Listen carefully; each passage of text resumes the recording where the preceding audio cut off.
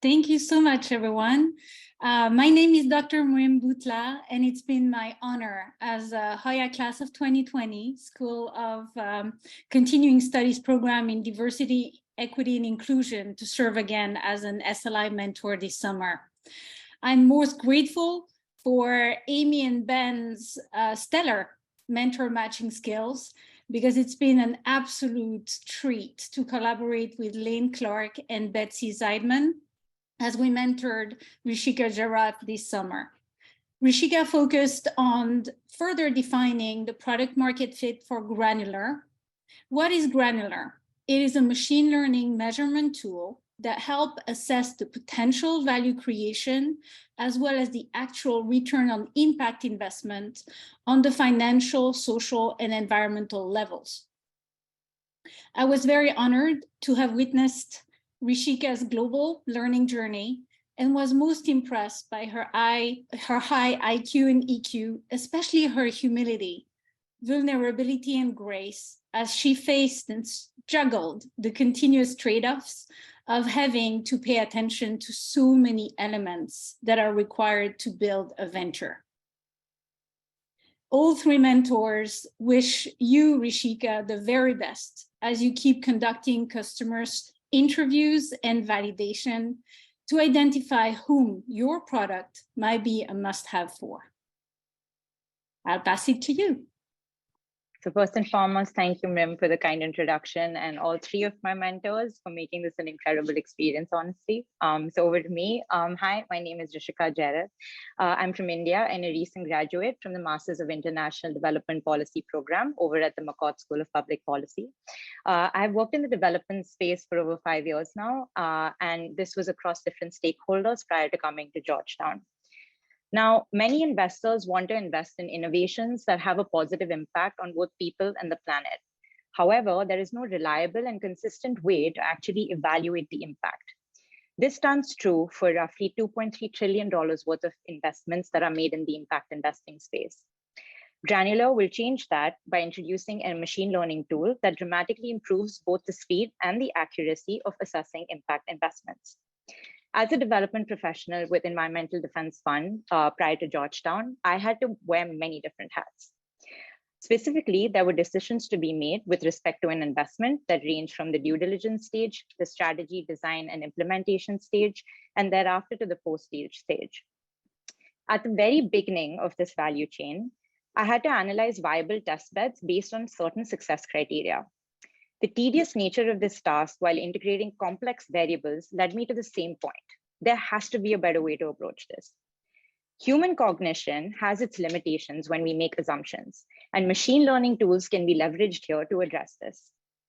My experience has ranged for working with an implementation organization that took care of state and national government projects, thereafter an international organization that gave me the insight into the gaps in this space and the need to drive efficiency in the impact investing decision-making process. The customer discovery and validation process across different stakeholders in this landscape was to understand how each stakeholder defines impact, what are the pain points in their decision-making process, and what could the value proposition look like for the tool I intend to build. Measured impact investments have intent, they have contribution and measurement systems very well defined, while intended impact investments usually just have the intent criteria satisfied. And as you can see, stakeholders exist within this continuum. The SLI process included conducting 15 interviews or calls for representatives from the family offices, fund managers, for-profit corporations, foundations, as well as consulting firms.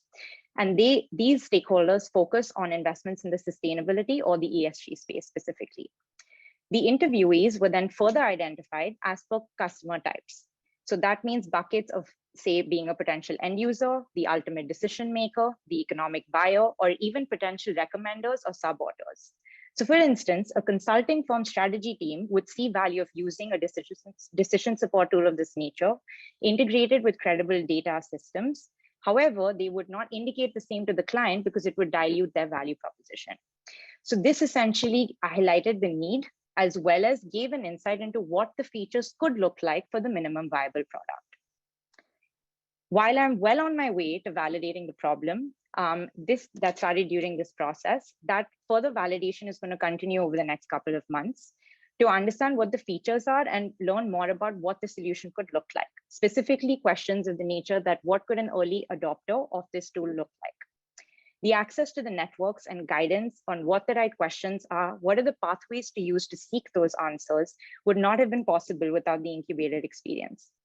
The rich information sessions and guidance from all three of my mentors have taken an idea from a piece of a research paper from my third semester political economy class to a defined roadmap about how to approach building the platform, what are the questions I should be asking along the way, and what the operational legal business entity could look like.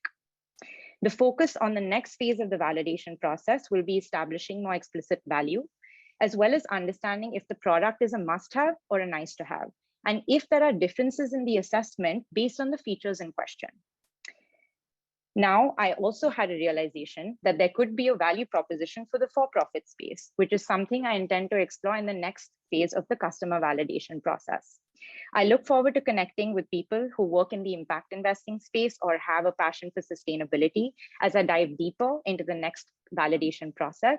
And I hope to hear from you and connect with you with the LinkedIn and the email that it will be shared in the chat. Thank you so much for listening and your time.